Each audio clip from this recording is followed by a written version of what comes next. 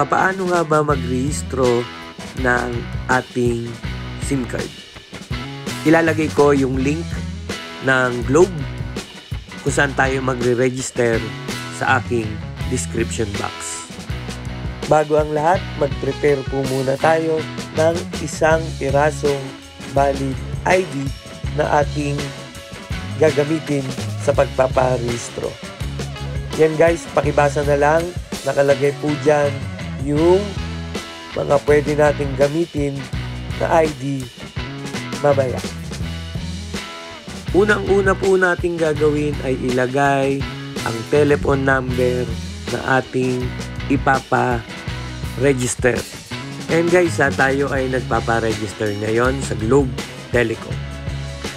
Yan, pagkatapos natin ilagay yung telephone number, paki-click ang register.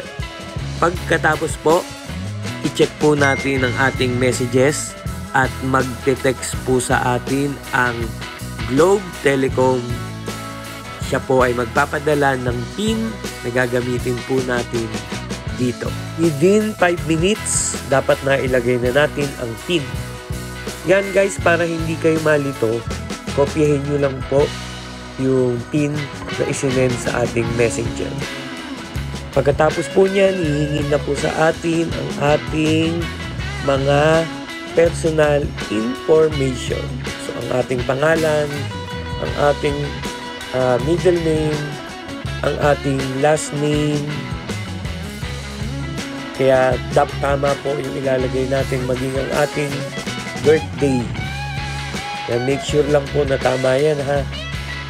Pati ang ating kasarian, ang ating, syempre ang ating nationality, lagay po natin dyan, Philippines.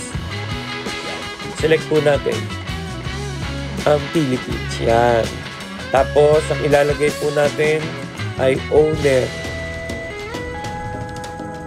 Yan po ay kung pang personal natin na gamit, lagay natin owner. And, yung ating address.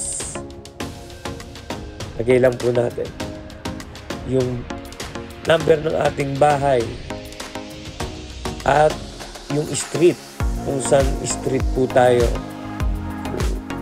And kung nakatira po tayo sa mga subdivision, ilagay din po natin. Yung mga may red, guys, yun yung mga may red na asterisk, yun ang importante natin lagyan, guys, ha. And lagay natin kung anong province tayo.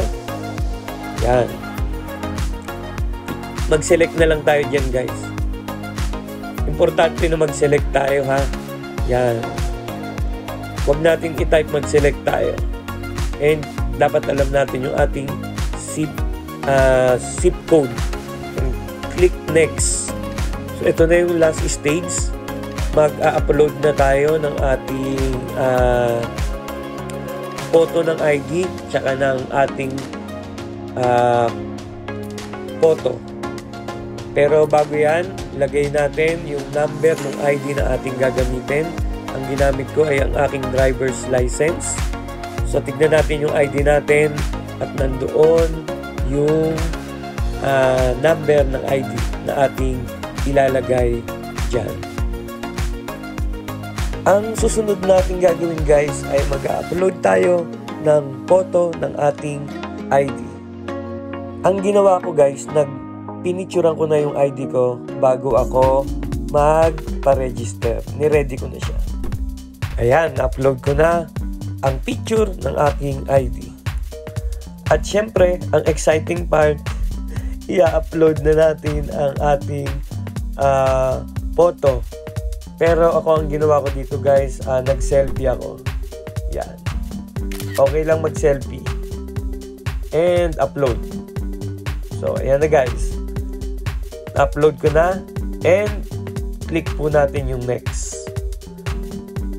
And pakibasa lang po yung agreement. At pag nabasa na po natin, pakiclick lang po yung mga box. Yan. And then, please click the submit.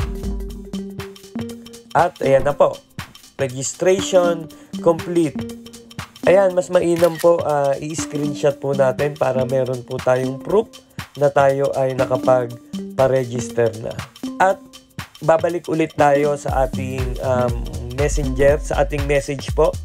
Magte-text po sa atin ang Globe para i-confirm po na tayo ay nakapagparehistro na.